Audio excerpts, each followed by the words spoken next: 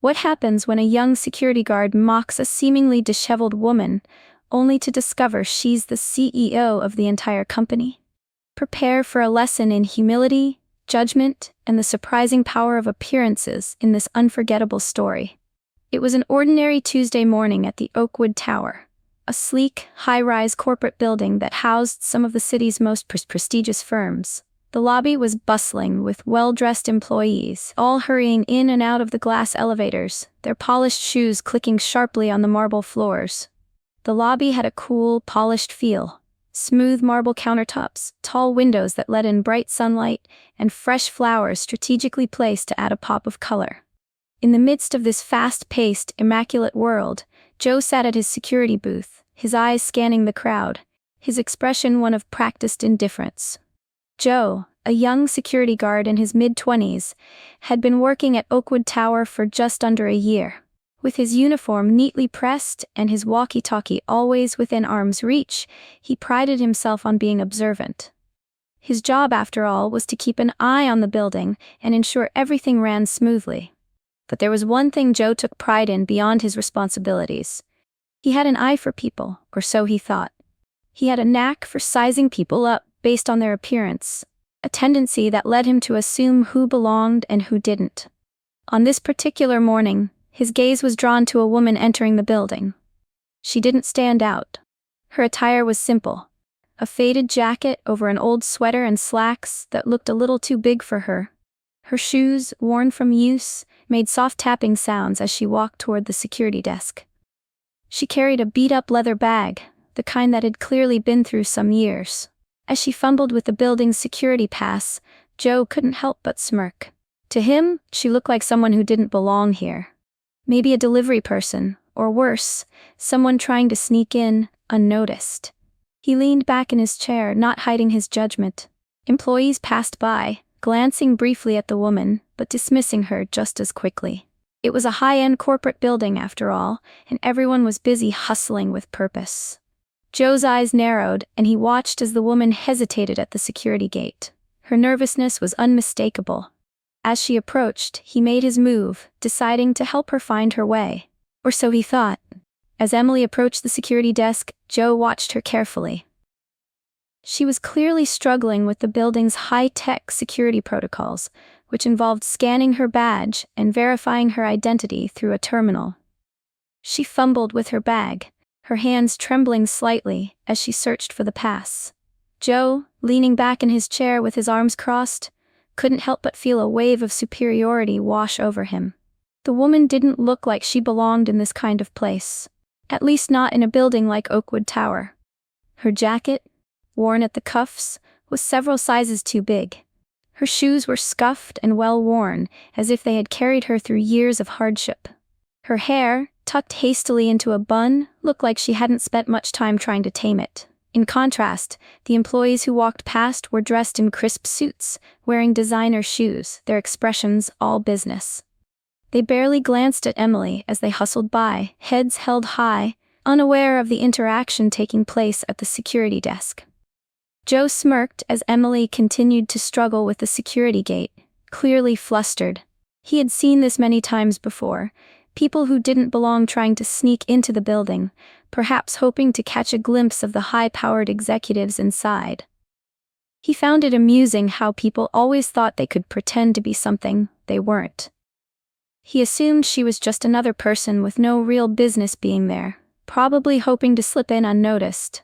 With a slight chuckle, Joe leaned forward and, with just the right amount of sarcasm, addressed her. "Hey, you lost or something?" he asked, his tone dripping with condescension. "Need help finding your way around here? You know, this place is a little more complicated than your usual office building." He let out a quiet snicker, watching her without a hint of empathy, fully convinced that she was just a regular person who wasn't important enough to matter. His words were harsh, but they didn't faze her. She simply kept her head down, still trying to get the scanner to work, unaware of how Joe was sizing her up.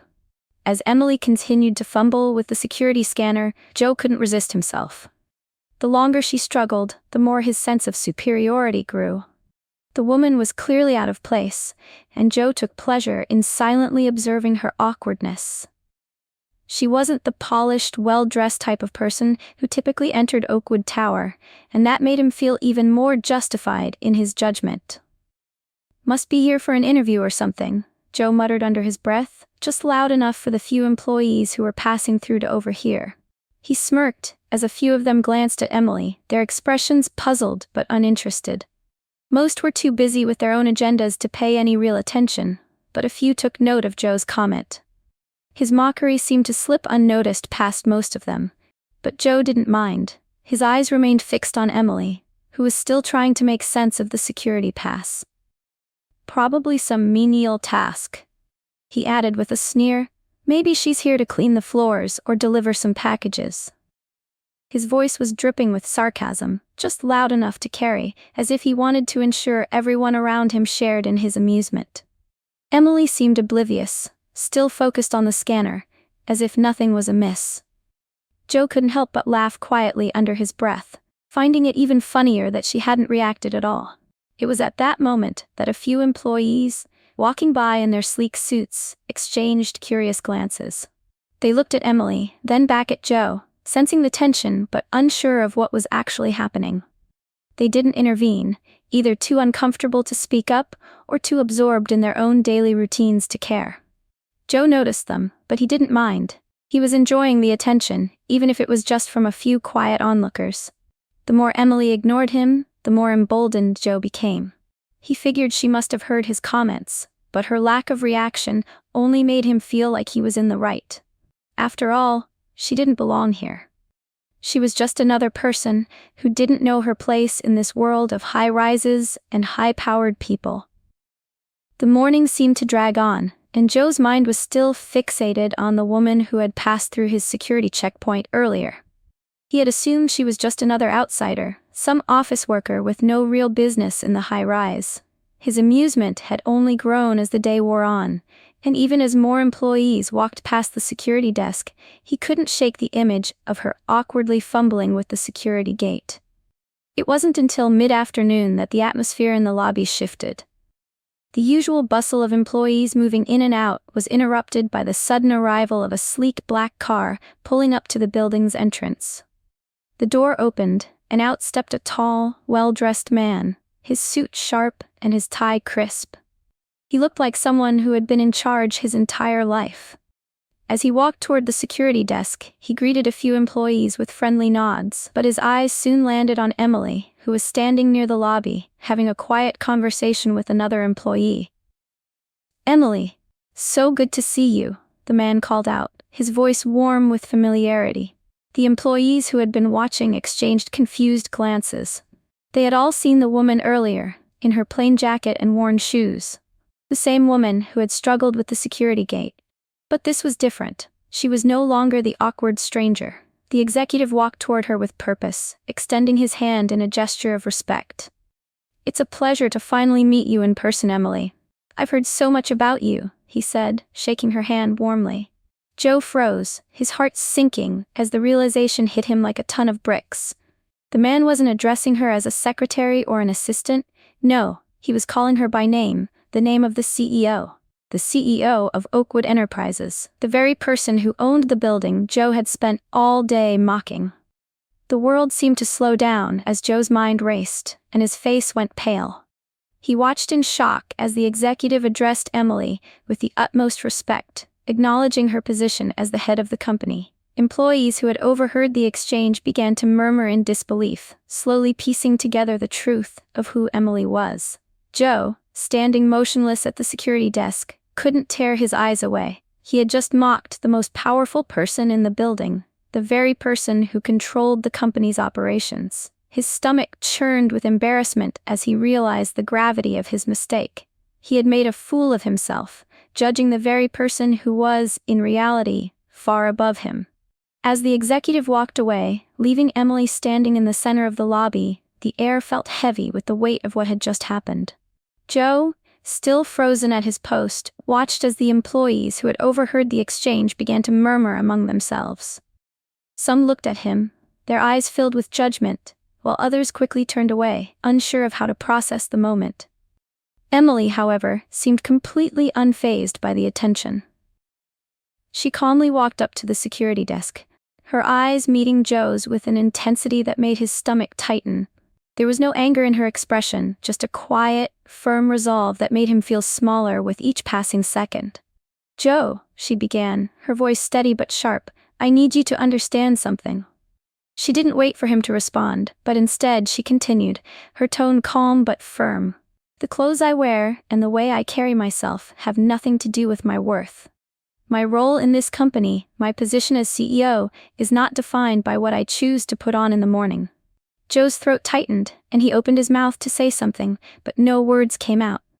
The humiliation of what he had done hit him all at once, and he could feel his face turning red.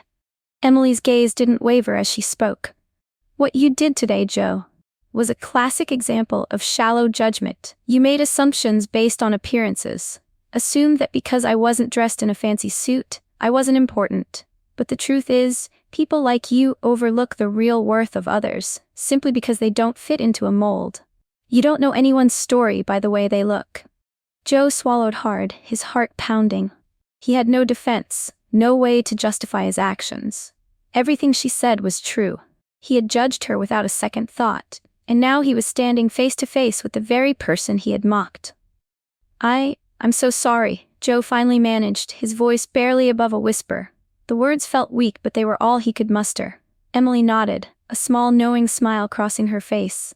There was no anger in her eyes, just quiet understanding. "Just remember, Joe," she said, her voice softening, "people are more than their appearance, and next time, try to see beyond the surface." With that, she turned and walked away, leaving Joe standing there, humiliated and speechless, his world turned upside down. The rest of the day passed in a haze for Joe. He stood at his post, still reeling from the encounter with Emily, unable to shake the weight of his mistake. He barely noticed the steady flow of employees passing by, his mind fixated on the conversation he'd had with her. And the stark realization that he had just mocked the CEO of the very company he worked for. By the time his shift ended, Joe was summoned to the office of his supervisor, a stern-faced woman who had been observing the situation from a distance. As he entered the office, he already knew what was coming. His supervisor sat behind a polished desk, her gaze fixed on him as she motioned for him to sit. "I've received some concerning reports today, Joe," she began, her voice calm but firm. "It seems your behavior towards a certain employee was unprofessional and disrespectful. Is that how we conduct ourselves here at Oakwood Tower?" Joe opened his mouth to speak, but no words came out. The guilt weighed heavy in his chest. He knew he had made a mistake, but he was at a loss for how to explain himself. "I expect better from my team," she continued. "In this company, respect for others is paramount. Whether it's a CEO or an intern, we treat everyone with the same dignity. You've let personal assumptions and judgments cloud your professionalism." Joe's stomach churned as he listened. He had let his arrogance get the best of him, assuming that his role as a security guard gave him the right to look down on others. But now, as he sat there, hearing the truth, he understood just how wrong he had been. Later that afternoon, as Emily walked past him once again, she gave him a brief glance. Her expression was calm, but there was something in her eyes, something that told Joe she understood what he had learned. As she passed by, she gave him a quiet, knowing smile, as if acknowledging the lesson he'd just learned. Joe watched her disappear down the hallway, a sense of remorse still lingering. He knew now that the worth of a person couldn't be measured by what they wore or how they looked. From that day on, Joe vowed never to judge anyone based on their appearance again. He had learned a valuable lesson, one he would carry with him, both in his professional life and beyond.